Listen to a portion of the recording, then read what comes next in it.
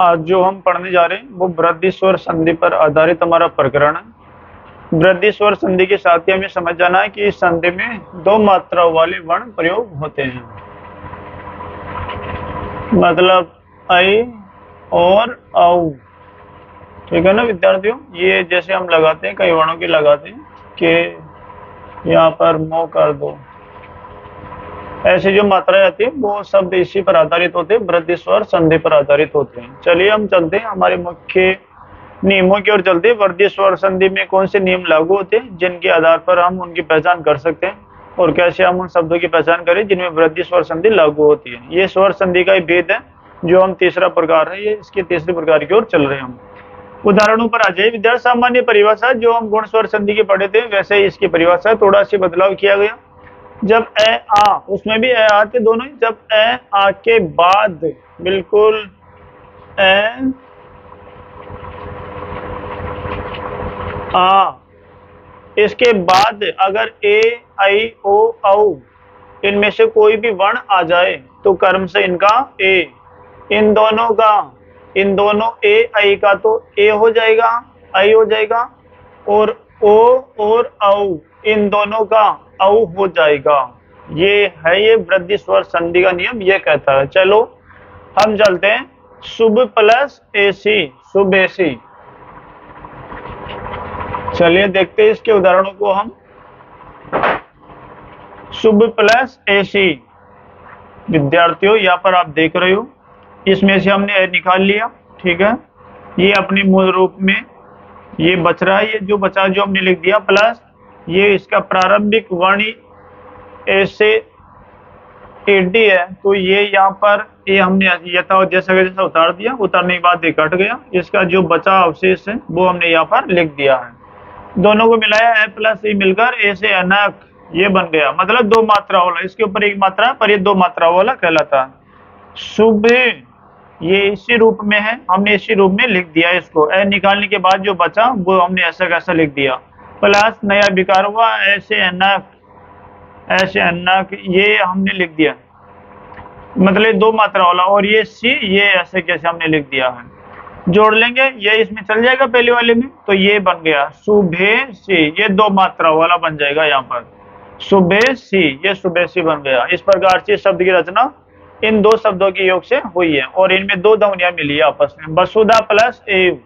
इधर से आ निकाल लिया हमने, इधर से ऐसे ये ए निकाल लिया, और ये बनकर आई बन गया, ये दोनों को मिलाया तो आई बन गया। ठीक है, ये इसका मूल रूप बचा जो भाग हमने ऐसे उतार दिया, वसुद्ध हलंत युक्त धन प्लस ए, जो ये बचा जो ए प्लस व, ये व हमने ऐसे कैसे उतार दिया इसको। चलिए विद्यार्थियों आगे देखते हैं, मिला देते। ये ऐसे अनक है, ऐसे अनक धे में चला गया, इधर धे में ये धे बन गया यहाँ पर वसुधे, आई की मात्रा लगे इसके ऊपर, और ये व पर आधारित, तो वसुदेव शब्द हमारे सामने बिल्कुल। ये बनोस्ती है अगला वाला शब्द, बनोस्ती वन प्लस ओस्ती।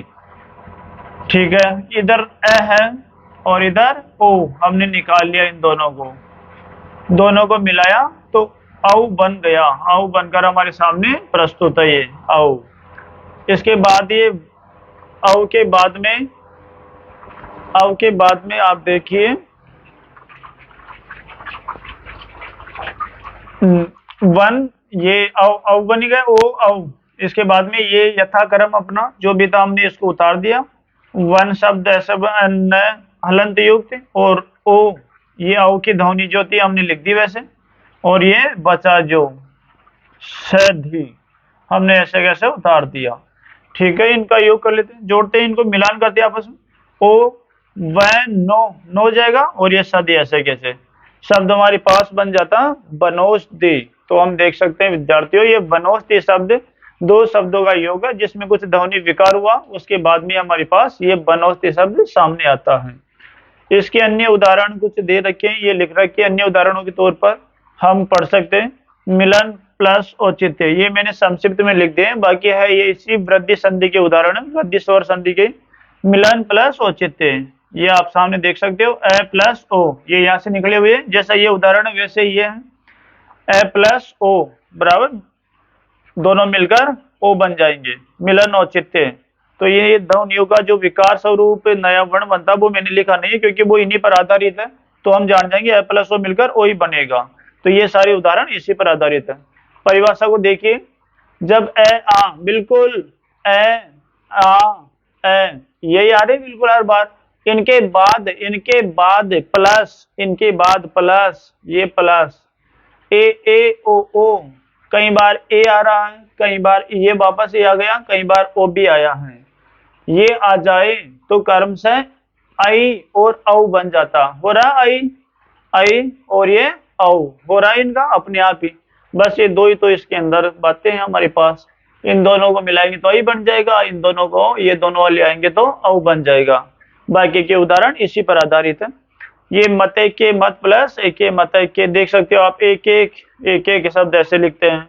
सदा प्लस सदैव, सदैव शब्द जो बना यहाँ से हम देख सकते हैं इसको सदैव। लोकेशना, लोक प्लस एषणा, लोकेशना शब्द हमारे पास इस प्रकार से बना हुआ है यहाँ पर। तो विद्यार्थियों ये हमारी वृद्धि स्वर संधि थी, जो स्वर संधि का तीसरा प्रकार था। इसमें कोई बड़ी बात नहीं है, इसमें थोड़ा सी बस ये ए आ, उसके बाद में ए आई ओ औ, अगर ऐसी ध्वनि आती है, ऐसे स्वर आता है तो वो कर्म से आई में और ओ में बदल जाएगा। बाकी उदाहरण आपके सामने लिखा हुआ, अच्छे से आप